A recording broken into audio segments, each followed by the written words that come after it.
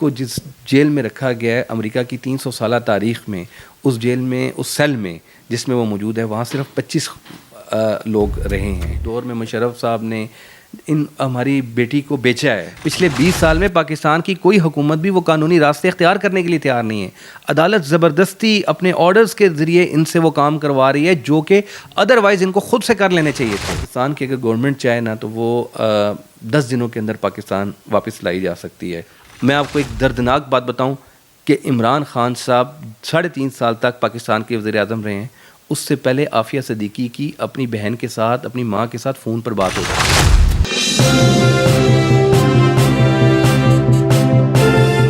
بسم اللہ الرحمن الرحیم، السلام علیکم، میں ہوں خرم ابن شبیر اور آپ دیکھ رہے ہیں نور میڈیا چینل۔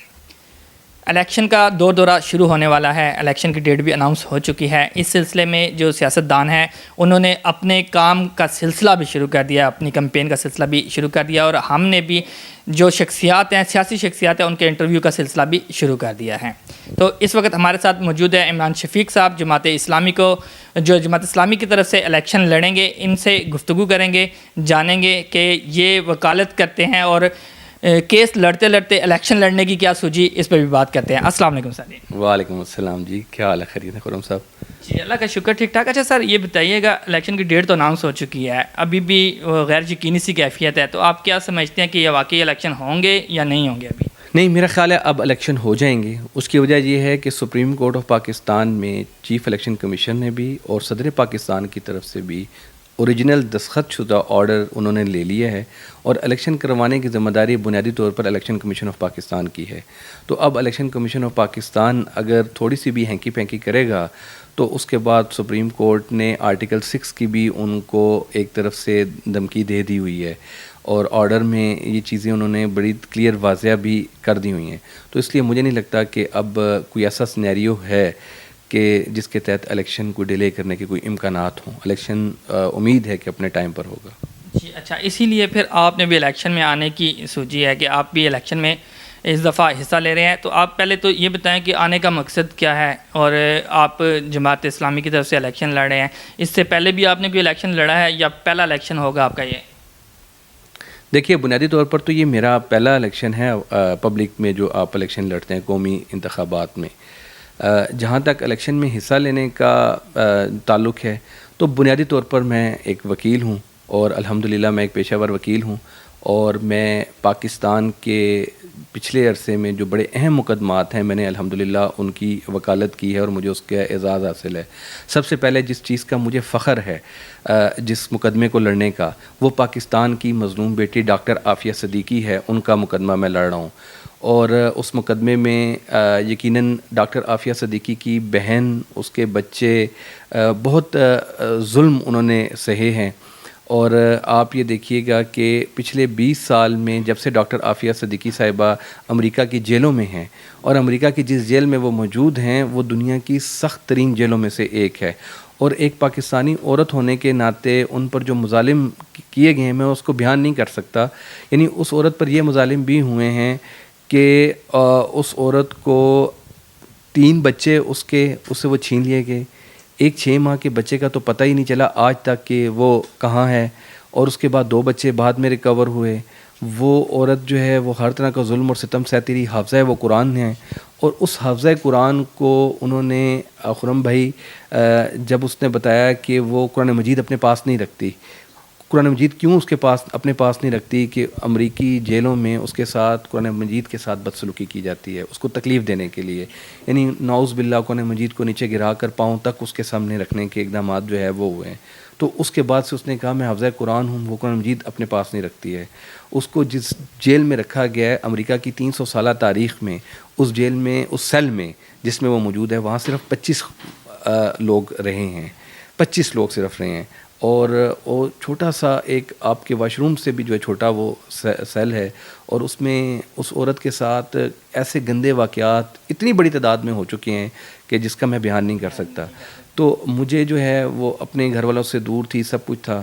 تو اچھا، پاکستان کی اگر گورنمنٹ چاہے نا تو وہ 10 دنوں کے اندر پاکستان واپس لائی جا سکتی ہے، لیکن میں یہی پوچھنا چاہ رہا تھا کہ ابھی تک کیس کی نوعیت کیا ہے کہ کس جگہ تک میں پہنچا ہے؟ اس پر بات پہ آؤں گا، لیکن نا میں یہ بتا رہا تھا کہ یہ کیس جب میں کر رہا تھا تو پھر ڈاکٹر فوزیہ صدیقی اس کی بہن تھی، اس کی ملاقات 20 سال سے نہیں ہوئی تھی. میں نے اسلام آباد ہائی کورٹ سے پورا مینیج اس کیس کو لڑتے ہوئے عدالتوں کو باور کرایا کہ پاکستان حکومت اس پر کوشش کرے کہ اس کی بہن پاکستان سے اپنی اس کو ملنے کے لیے جا سکے. پھر میری کوششوں سے اس کی بہن اور سینیٹر مشتاق صاحب وہ دونوں جو ہے وہ اس سے جا کے ملے. اب کیس میں اس کے جیل اس کو تبدیل کرنا اور اس کو پاکستان واپس لے کر آنے کی ہم کوششیں کر رہے ہیں. تو یہ میرا لیکن جب میں نے اس مقدمے کو لڑا نا، اس مقدمے کی دوران مجھے شدت سے احساس ہوا کہ پاکستان میں مظلوم اس طرح کے لوگوں کو، جس طرح پاکستان کی حکومت نے اس دور میں مشرف صاحب نے ہماری بیٹی کو بیچا ہے امریکیوں کے ہاتھوں. اچھا یہ ایک نہیں ہے، پاکستان کے بہت سے لوگ ہیں مسنگ پرسنز میں ہیں، ہزاروں لوگ اس وقت پاکستان میں خود غائب ہیں، جبری گمشدگیاں ہیں.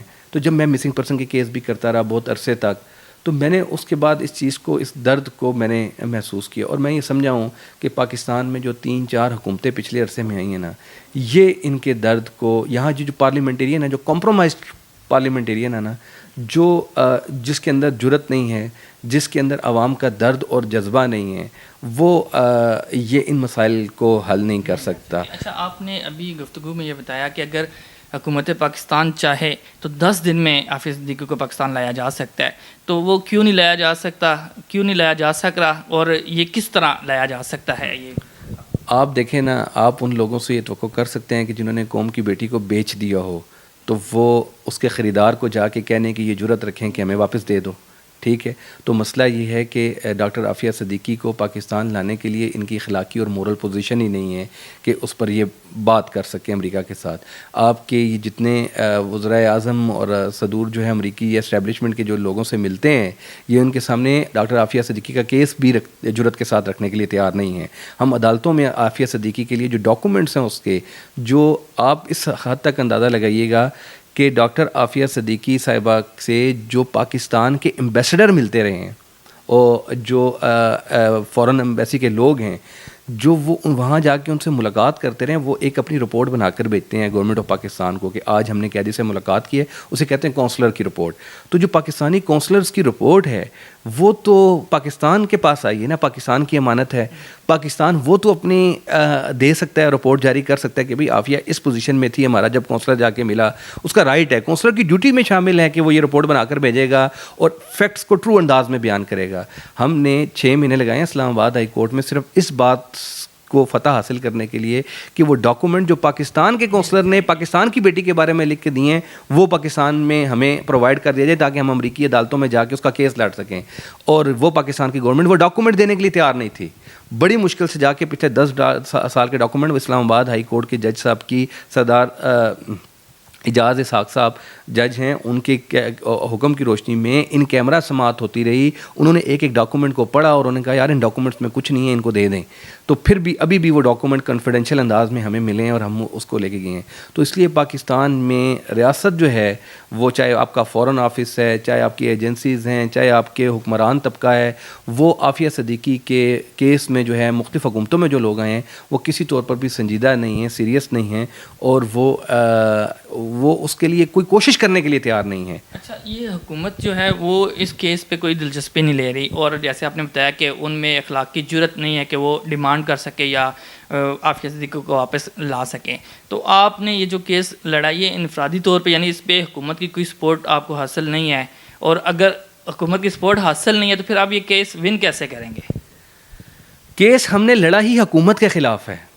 ہمارا کیس حکومت کی سپورٹ کے لیے، سپورٹ میں نہیں، ہم نے حکومت کے خلاف یہ پٹیشن اسلام آباد ہائی کورٹ میں لے کے گئے ہیں کہ اسلام آباد ہائی کورٹ بنیادی انسانی حقوق جو ہر شہری کے پاکستانی کے ہیں، اس کی روشنی میں یہ آرڈر کرے حکومت پاکستان کو کہ اپنی بیٹی کو پاکستان لانے کے لیے جو قانونی راستے ہیں ان کو اختیار کرے.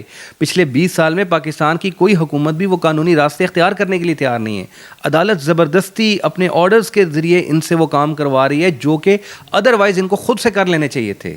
تو اس لیے یہ بڑا ایک دردناک پہلو ہے اس کیس کا. ابھی ڈاکٹر عافیہ صدیقی کا کیس امریکہ تو لڑنا درکنار، ابھی ہم پاکستان میں لڑ رہے ہیں کہ پاکستان کی حکومت کو اس بات پر تیار کیا جائے کہ وہ اپنی بیٹی کا کیس جو ہے وہ امریکہ کے سامنے جا کے پیش کرے. یہ امریکہ کے سامنے جا کر پاکستان کا کیس بھی پیش کرنے کے لیے تیار نہیں ہیں. اچھا، اس کا مطلب یہ ہوا کہ اب جو ہماری حکومت ہے اس کو ہم پہلے راضی کریں گے، اس سے ہم کیس جیتیں گے، پھر جا کے امریکہ کے ساتھ ہوگا. یعنی کہ ابھی تو یہ لگ رہا ہے کہ بہت لمبا کیس چلے گا. یہ کیس تو لمبا چل رہا ہے، کیس تو چل رہا ہے، لیکن اب اس کیس میں پہلے چلتا رہا. میرے آنے کے بعد الحمدللہ میں نے سال پہلے اس کیس میں جب سے وہ اس کے بعد سے اس میں پروگرس ہونا شروع ہو گئی ہے. تو انشاءاللہ امید ہے کہ اسلام آباد وقتاً ساتھ ساتھ اس کے آرڈر ہوتے جا رہے ہیں. ہم ایک سٹیپ بائی سٹیپ چل رہے ہیں، اور مجھے امید یہ ہے کہ اگر ہمیں سٹیپ بائی سٹیپ نہ چلنا پڑے اور حکومت خود سے اگر تیار ہو جائے اور پاکستان کی حکومت طے کر لے، کوئی وزیر اعظم طے کر لے. شہباز شریف صاحب نے اس سے ملاقات کی، اس کو یقین دہانیاں کرائیں، کچھ نہیں کیا. عمران خان صاحب تو ووٹ ہی اس چیز کا لے کر آئے تھے، وہ ہر دفعہ نعرہ لگایا کرتے تھے عافیہ صدیقی قوم کی بیٹی اور یہ وہ. میں آپ کو ایک دردناک بات بتاؤں کہ عمران خان صاحب 3.5 سال تک پاکستان کے وزیر اعظم رہے ہیں. اس سے پہلے عافیہ صدیقی کی اپنی بہن کے ساتھ، اپنی ماں کے ساتھ فون پر بات ہو جاتی تھی. عمران خان صاحب کے وزیر اعظم بننے کے بعد 3.5 سال تک اس کی فون پر بند کرنا بھی انہوں نے بند کروا دی تھی، بات کرنا بھی بند کروا دی تھی. یعنی عمران خان صاحب نے یہ ان سے جو اس معاملے میں جو کوتاہی ہوئی نا، وہ بڑی المناک چیز ہے. اسی سے پہلے جو حکومتیں رہی ہیں، ٹھیک ہے، پیپلز پارٹی کی گورنمنٹ رہی، اس سے پہلے نون لیگ کی اس سے پہلے گورنمنٹ تھی. تو ان ساری حکومتوں میں ان کی بہن، ہر کسی وزیر اعظم ان سے ملنے کے لیے بڑا مشتاق ہوتا ہے کہ آپ آ جائیں، تصویریں بن جائیں، ساری چیزیں بن جائیں. لیکن اس کے بعد عملی اقدامات کرنا ان کے لیے وہ آج تک کسی نے نہیں کیے.